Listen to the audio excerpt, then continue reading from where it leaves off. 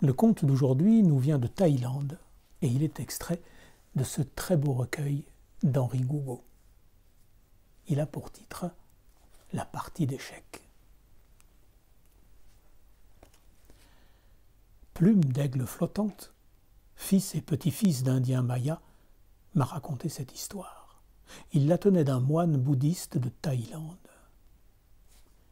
Un guerrier au front soucieux, fatigué d'errer de ripailles en défaite et de longues marches en victoires illusoires, s'en fut un jour rendre visite au fond d'une forêt bruissante d'oiseaux à un ermite fort réputé pour sa bonté simple et sa sagesse imperturbable. Dans la hutte de branches où il fut reçu, ce guerrier conta au saint homme ses rudes aventures et lui confia qu'il était las des méchancetés terrestres. Puis, « Je ne veux plus que vous pour maître, lui dit-il. Enseignez-moi ce savoir qui illumine votre visage et rend belle la vie. » L'ermite lui conseilla de méditer, de creuser l'écorce des apparences, de s'efforcer de découvrir dans la mauvaise gangue du monde le fruit savoureux de la paix. Il lui apprit comment maîtriser son souffle et conduire ses pensées. 3 jours entiers, ils parlèrent ensemble. Après ce temps, le guerrier promit à son maître d'observer ses commandements et s'en retourna chez lui. Une année passa, limpide pour l'un, amer pour l'autre. Celui qui avait décidé d'atteindre la sagesse s'engagea bravement sur le chemin tracé, mais se perdit dans les labyrinthes de son âme. Un matin d'été, à bout de peine, il revint se plaindre auprès du saint homme. « Malgré mes efforts, lui dit-il, je n'ai fait aucun progrès. Certes, je sais maintenant respirer comme vous me l'avez enseigné, mais je suis toujours aussi avide, toujours aussi mal vivant, toujours aussi incapable d'amour. Comment pourrais-je aimer la vie qui m'environne? Comment pourrais-je aimer les autres? Je ne m'aime pas moi-même. » L'ermite, patiemment, lui donna de nouvelles leçons.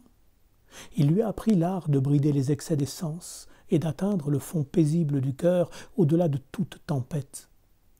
Après 3 nouvelles journées, le guerrier le quitta revigoré, tout empli de nouvelles espérances. Il s'échina encore une pleine année à débarrasser son esprit des fardeaux qui l'encombraient, observa strictement les disciplines qui lui avaient été conseillées, tenta de comprendre et de goûter la vie, mais n'y parvint pas. Alors il se sentit plus malheureux qu'il ne l'avait jamais été et se demanda si l'existence qu'il menait avant d'avoir eu la sotte idée d'atteindre la sagesse ne valait pas mieux que cette insupportable impuissance où il était plongé. Il s'en revint une nouvelle fois voir l'ermite dans sa forêt et lui reprocha son incompétence. « Vous n'avez pas su m'apprendre à aimer, lui dit-il. Je crains fort, pauvre homme, que vous ne soyez un imposteur. » L'autre ne s'offusqua point. Au contraire.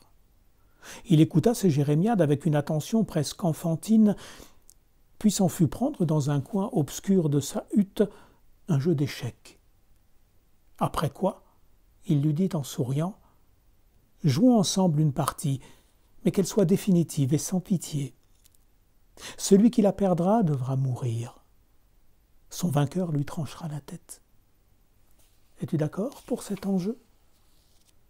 Le guerrier étonné regarda son maître, puis voyant briller dans ses yeux une lumière de défi, « D'accord, dit-il. » Ils sortirent devant la hutte, posèrent l'échiquier sur une pierre plate dans l'ombre d'un grand arbre, s'assirent face à face, penchèrent leurs fronts plissés sur les figurines de bois, et la partie commença.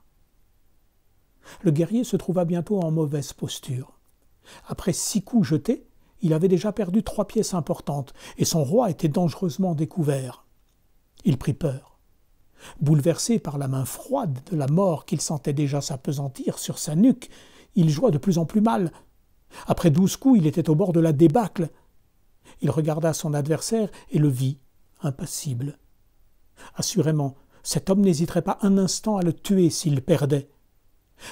Alors, l'esprit vertigineux, il se dit qu'il était temps de réfléchir sans faute. Il se souvint que d'ordinaire, il était de bonne force aux échecs, et lui vint l'évidence que seul le spectre de la mort l'empêchait de donner toute sa mesure. « Je dois d'abord me débarrasser de mon épouvante si je veux avoir une chance de survivre, se dit-il. Je dois m'en débarrasser à l'instant même. Il s'efforça de respirer comme il avait appris. Puis il pensa, quoi qu'il advienne, il me faut pleinement jouer, voilà l'important. Il s'absorba dans la contemplation de l'échiquier. Il vit comment sauver son roi, en grand danger d'être pris. Une sourde jubilation l'envahit. Il reprit espoir, oublia son effroi. Après 18 coups, sa situation était assez rétablie pour qu'il envisage avec confiance une longue bataille d'usure. Après 24 coups, il découvrit une faille dans le jeu de son adversaire. Il s'exalta, poussa un rugissement de triomphe. « Tu es perdu » dit-il.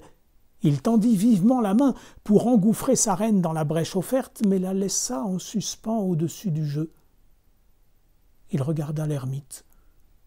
Il le vit aussi impassible qu'à l'instant de sa victoire proche. Il se dit alors « Pourquoi tuerais-je ce brave homme ?» En vérité, je suis sûr qu'il aurait pu facilement gagner la partie quand la peur me tenaillait. Il ne l'a pas fait. Quelle sorte de fauve serais-je si j'abattais mon sabre sur son cou? Son exaltation le quitta aussitôt. Il grogna, baissa la tête et poussa un pion inutile. Alors l'ermite renversa l'échiquier dans l'herbe d'un geste négligent. Il faut vaincre d'abord la peur. Ensuite peut venir l'amour, dit-il. As-tu compris? Le guerrier, enfin délivré, éclata de rire.